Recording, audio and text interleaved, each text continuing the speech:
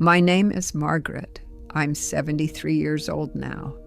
I live in a small town in Pennsylvania, the kind of place where everyone used to know your name. These days, I sit in my living room and wonder how I got here. How did a life so full of love become so empty?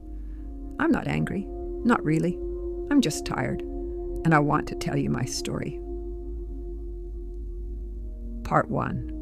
The beginning. I was born in 1951. My parents didn't have much, but they taught me the value of hard work.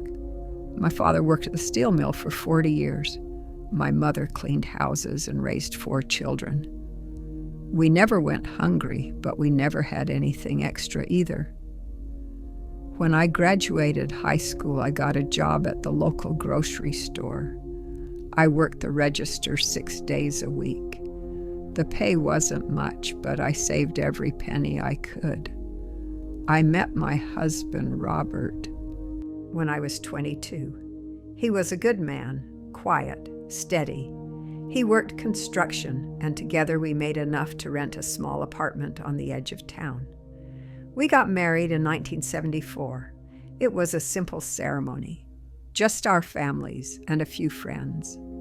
I wore my mother's dress.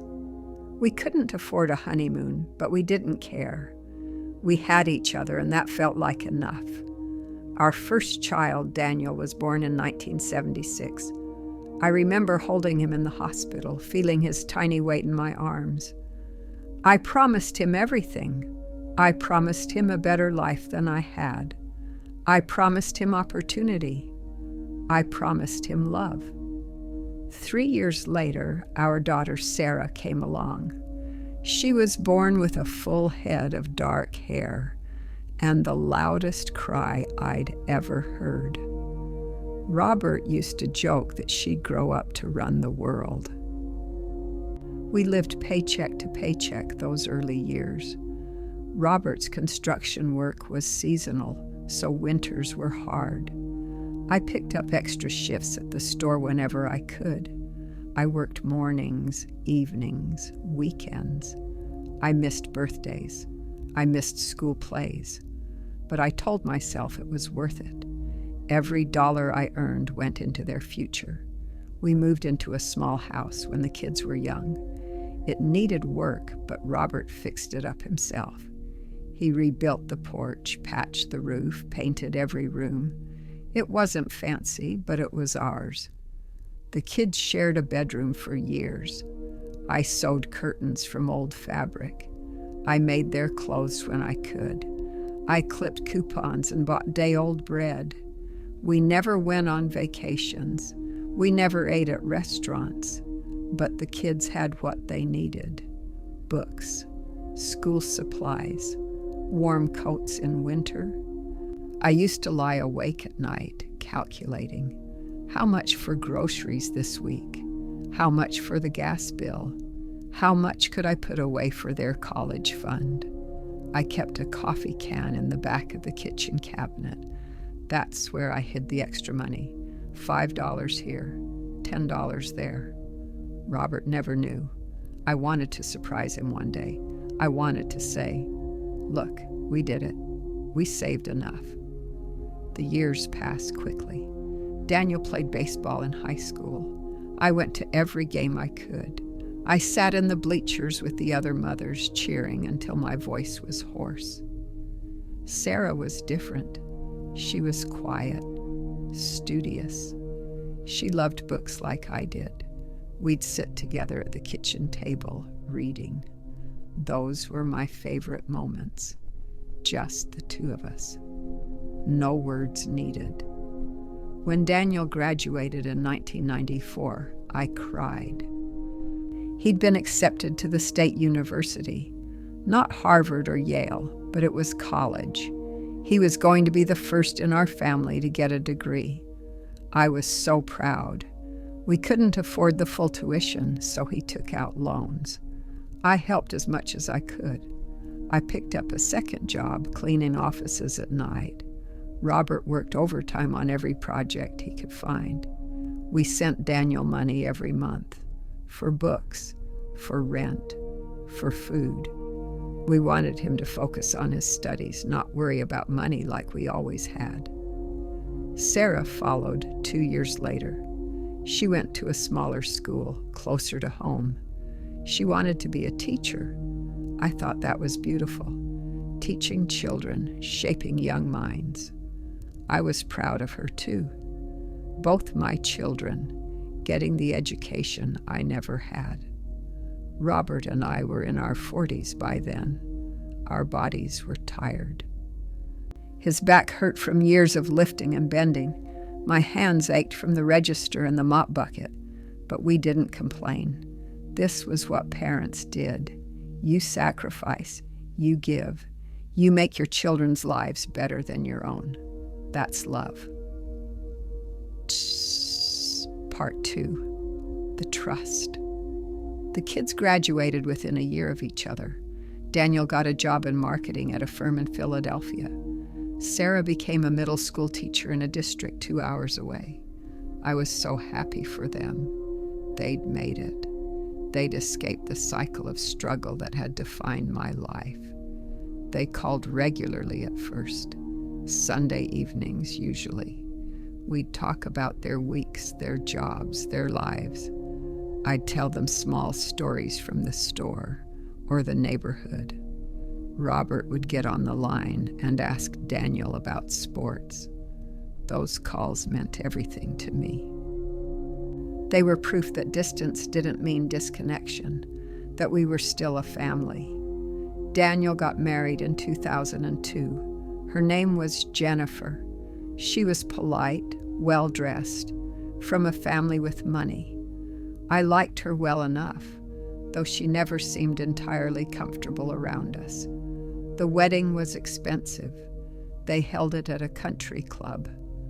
Robert and I couldn't contribute much, but we gave what we could. $1,000. It was most of what we'd saved that year. Jennifer's parents paid for everything else. I felt small at that wedding, out of place. But I was happy for Daniel. He deserved a beautiful day. Sarah married a year later. Her husband, Tom, was a high school teacher like her.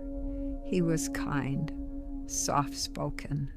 I liked him immediately. Their wedding was simpler, a backyard ceremony at a friend's house. Folding chairs and string lights. It felt more like us, more real. The grandchildren started coming in 2005. Daniel and Jennifer had a son first. Then Sarah had twin girls. I thought becoming a grandmother would bring us closer. I imagined babysitting, baking cookies with the little ones, reading them stories before bed. But Daniel and Jennifer lived in Philadelphia, 2 hours away, but it felt like another world. Sarah and Tom moved even farther when Tom got a better position, 4 hours north. I saw the grandchildren maybe 3 or 4 times a year. Holidays, mostly. Brief visits. Everyone always seemed in a hurry to leave. I told myself it was normal. Young families are busy. They have their own lives now. But it hurt more than I wanted to admit. Robert retired in 2008. His body had given all it could. His pension wasn't much, but combined with Social Security, we thought we'd be okay. I was still working part-time at the store. I liked it, honestly. It gave me something to do, people to talk to. We lived simply. Same small house, same old car. We didn't need much, but we wanted to help our kids. That's when the requests started. Small at first. Daniel called one evening in 2009. He needed help with a down payment on a house. The market had crashed, and it was a good time to buy, he said. But they were short a few $1,000s. Could we help? I didn't hesitate. Of course we could. We had some savings.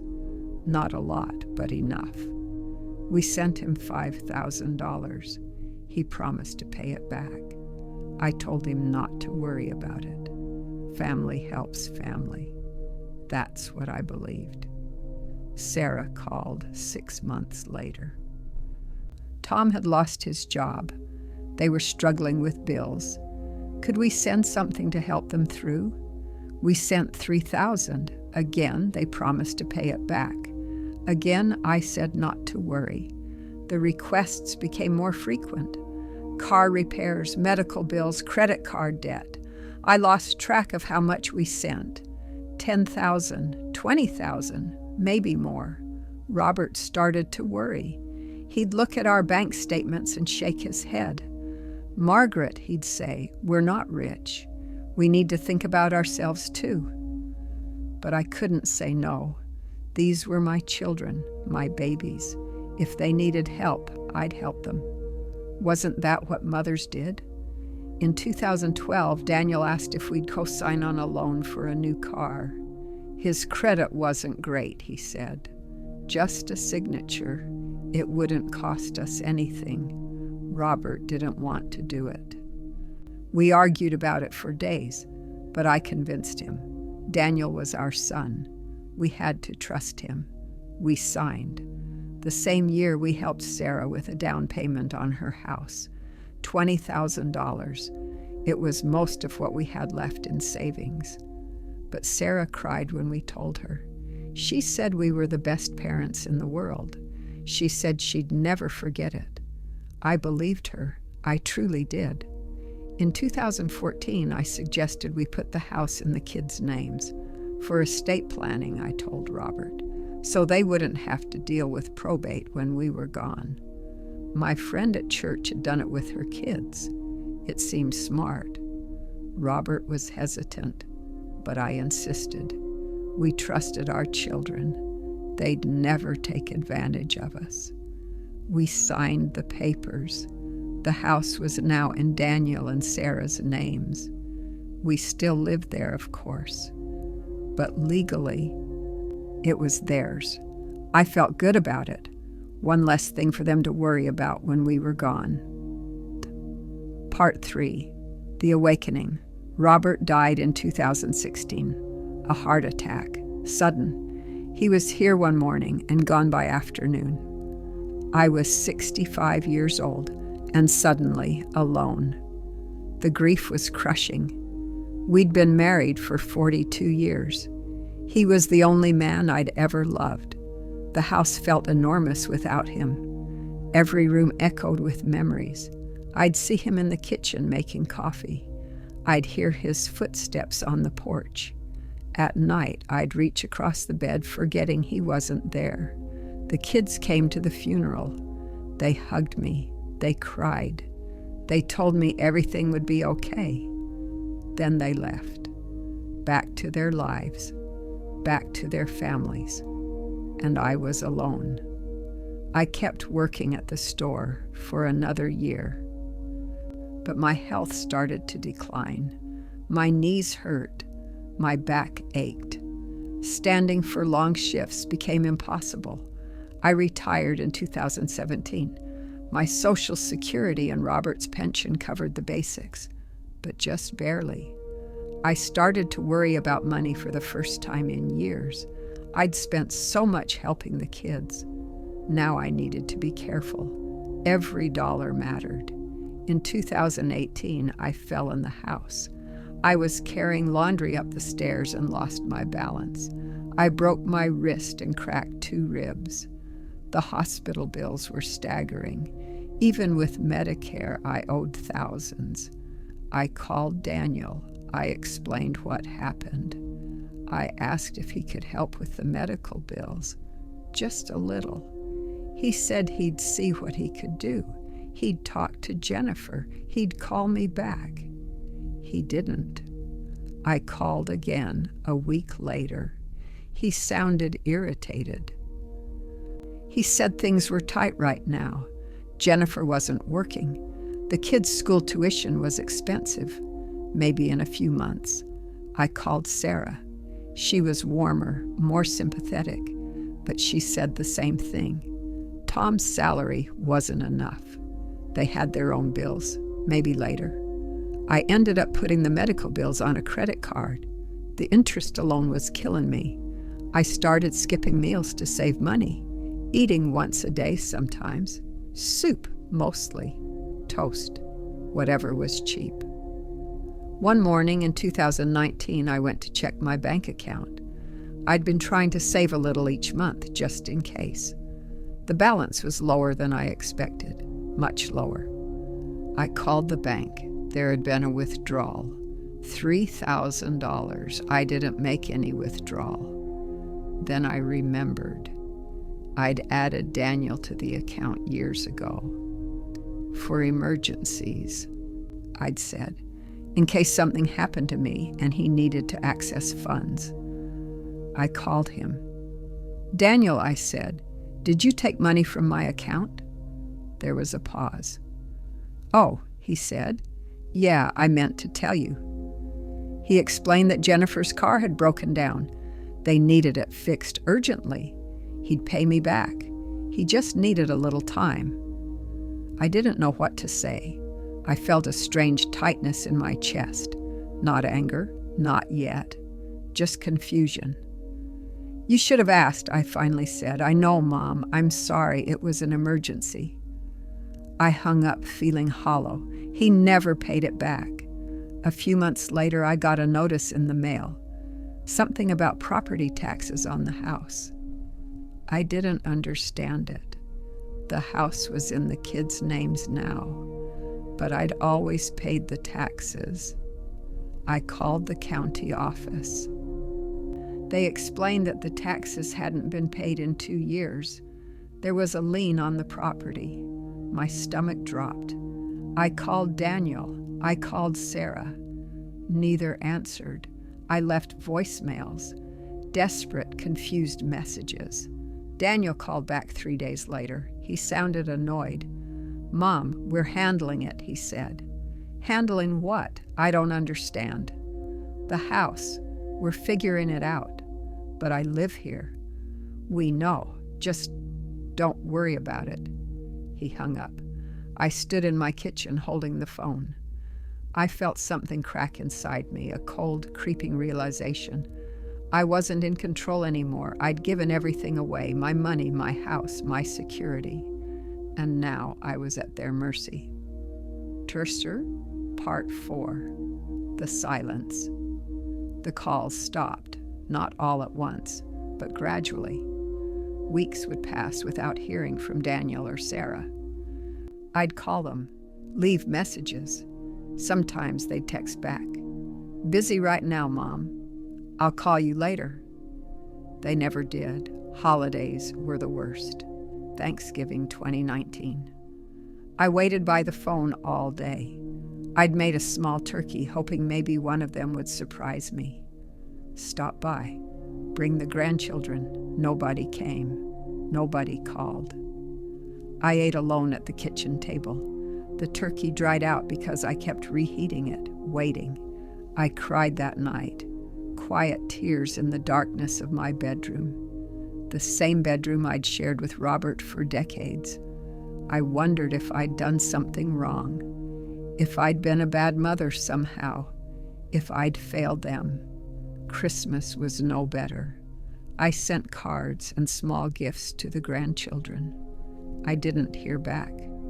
I didn't know if they even received them.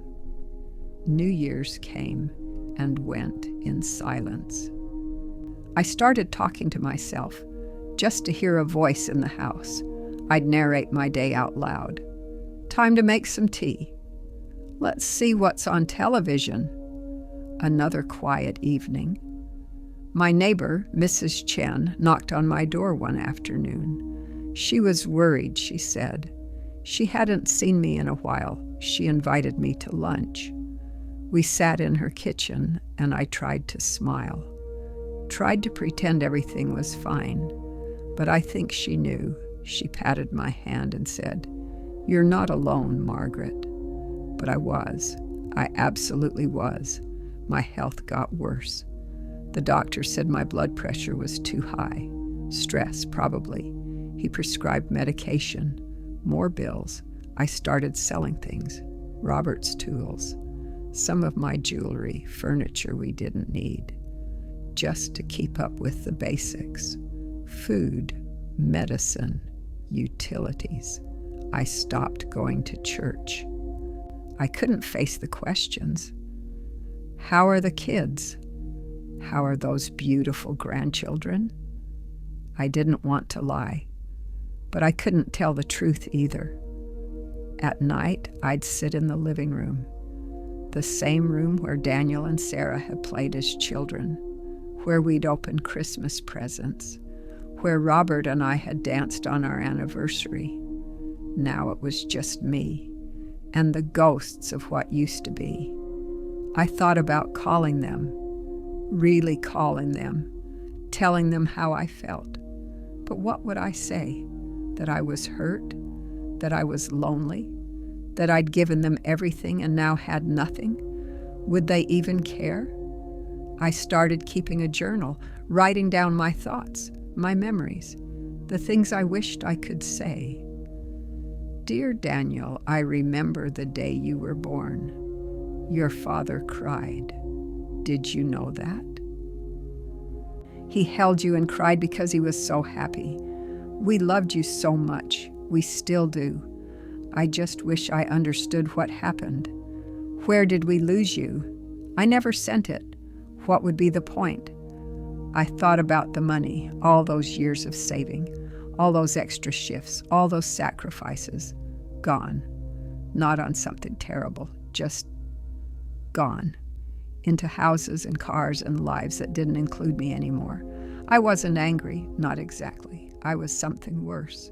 I was disappointed in them, in myself, in the world that taught me family was everything. Because if family was everything, why was I here alone? Burr, Part 5, Finding Myself Again. I turned 70 in 2021. I didn't celebrate. What was there to celebrate? But something shifted in me that year. Maybe it was age. Maybe it was exhaustion. But I decided I was tired of waiting for calls that wouldn't come, waiting for visits that wouldn't happen, waiting for my children to remember I existed. I started going to the senior center in town. I'd avoided it for years. It felt like admitting defeat somehow, admitting I was old, alone. But I went, and it wasn't what I expected.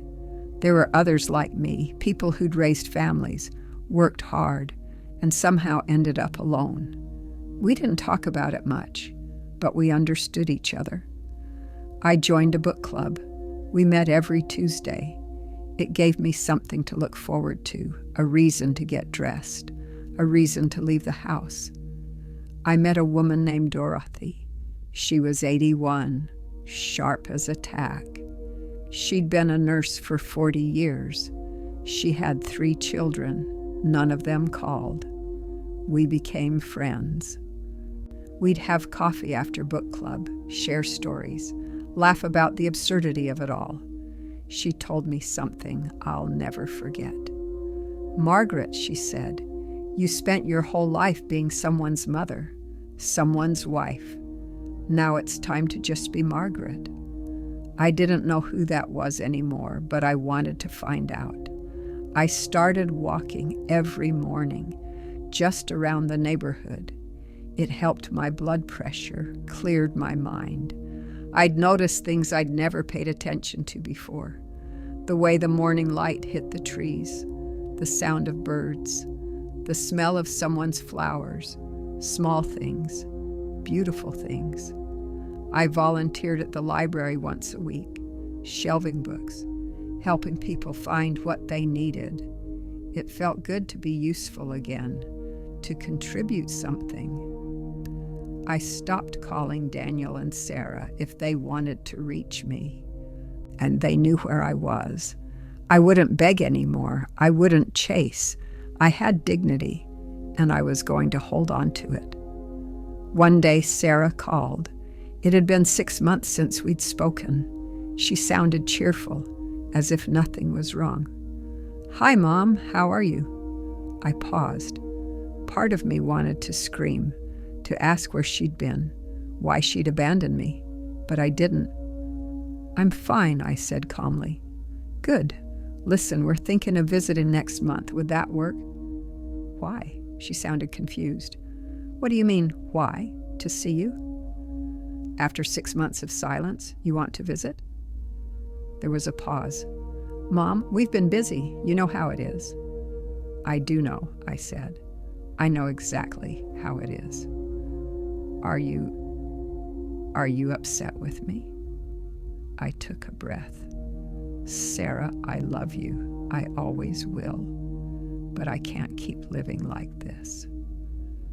Waiting for scraps of your time, wondering if I matter to you at all. Of course you matter. Then act like it, not just when it's convenient, not just when you need something. She was quiet. I have to go, I said, and I hung up. My hands were shaking, but I felt something I hadn't felt in years. Power, control over my own life. I didn't hear from her for another 2 months. When she called again, her voice was different, softer. Mom, I'm sorry, you were right. We've been terrible. I didn't argue. I want to do better, she said. I hope you do, I said. I really do. She started calling more regularly after that, once a week, usually. We'd talk about small things, her job, the kids, the weather. It wasn't deep, but it was something. Daniel never called. I made peace with that. Some relationships can't be fixed. Some people won't change, and that's okay.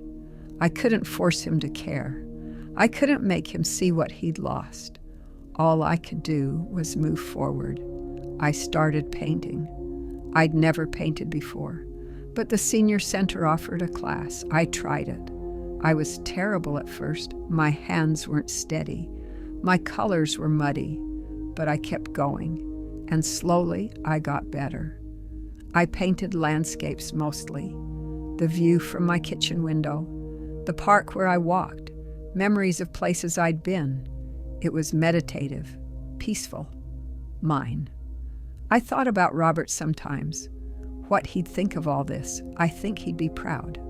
Proud that I didn't give up, that I found a way to keep living, even when it hurt.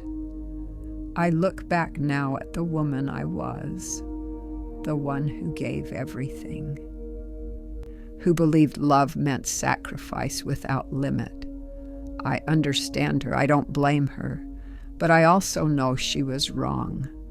Love isn't about erasing yourself. It's not about giving until there's nothing left.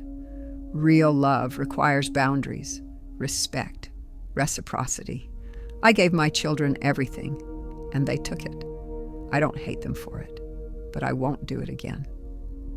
Church, epilogue.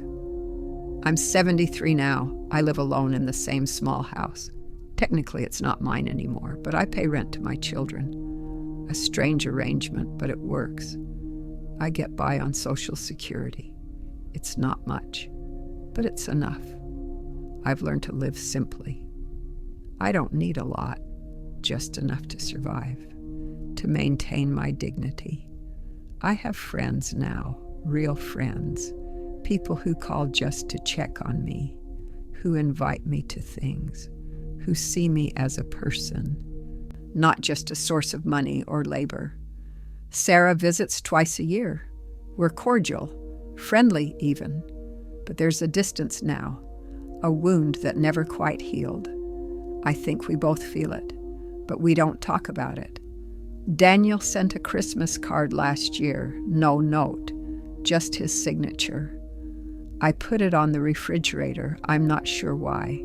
Maybe because it's proof he's still alive, still out there somewhere. The grandchildren are teenagers now. I barely know them. They're strangers with my blood. That hurts more than anything.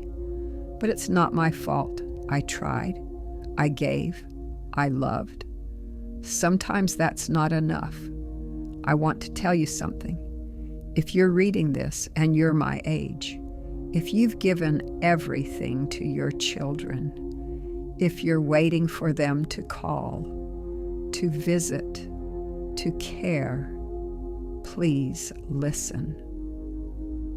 You are not obligated to set yourself on fire to keep others warm, not even your children, especially not your children. Because what are you teaching them?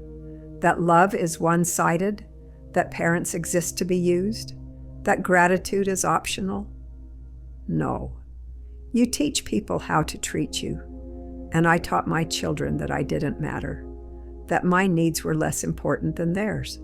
That was my mistake. Don't make the same one. Love them, help them when you can, but not at the cost of your own survival, not at the cost of your dignity. You deserve more than that. I deserve more than that. I'm learning that now, at 73. Better late than never, I suppose. I don't know how much time I have left. None of us do. But I know this. I won't spend it waiting. Won't spend it hoping for scraps of affection. Won't spend it regretting what I gave. I gave from love. That was real. What they did with it isn't my burden to carry. I'm free of that now. I sit on my porch some evenings, watch the sunset, drink my tea, and I feel something I haven't felt in years.